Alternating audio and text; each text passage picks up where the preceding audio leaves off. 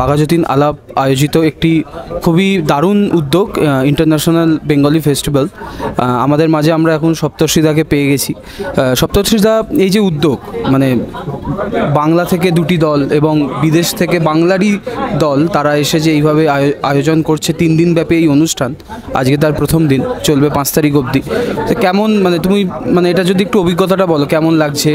মানে প্রথমে যেটা বলার, আমি যখন প্রথম থিয়েটার করতে শুরু করি, তো স্যার, সাথীদি, সোহিনী, পার্থদা, তো সবাই একটাই কথা বলেছিলেন যে থিয়েটারের কিন্তু কোনো জাতি, ধর্ম, বর্ণ, আমরা কোথা থেকে এসেছি সেটা হয় না। থিয়েটারের ভাষা একটাই, সেটা থিয়েটারের ভাষা।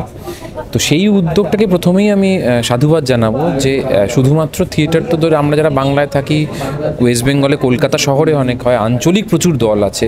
এবং কালকে আমরা আলোচনা করছিলাম, প্রায় আমি জানি না ঠিক কি ভুল, 1000-এর ওপর কিন্তু থিয়েটারের দল আছে যারা সক্রিয়ভাবে কাজ করছে। তো এটা কিন্তু খুবই গর্ব করার মতো বিষয়। এবং সেটা শুধু আমি আমার রাজ্যের কথা বলছি।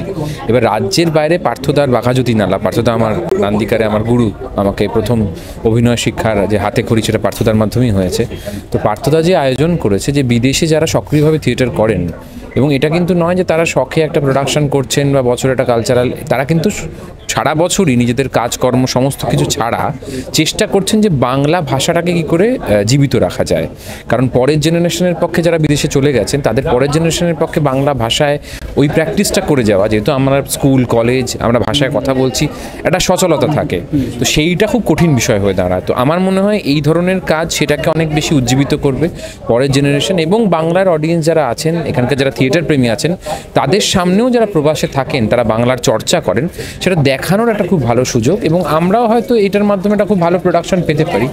তো আমার মনে হয় সেইটা খুব ভালো একটা বিষয় আর কি, যে এই একটা কানেকশন যে তৈরি হচ্ছে, তার ফলে অনেক কিছুই হয়। যারা বাইরে যারা থাকেন, যারা অনেক সময় কলকাতায় এসে এই সময়টা নাটক দেখেন, কিন্তু নিজেরা হয়তো একাডেমি স্টেজ ভাড়া নিয়ে অর্গানাইজ করা, তাদের সেইটা থাকে না। এবং একটা তো অর্গানাইজেশনের একটা দরকার হয়, তো সেইটা পার্থতার খুব ভালো উদ্যোগ বা বাঘাযতীন আলাপের।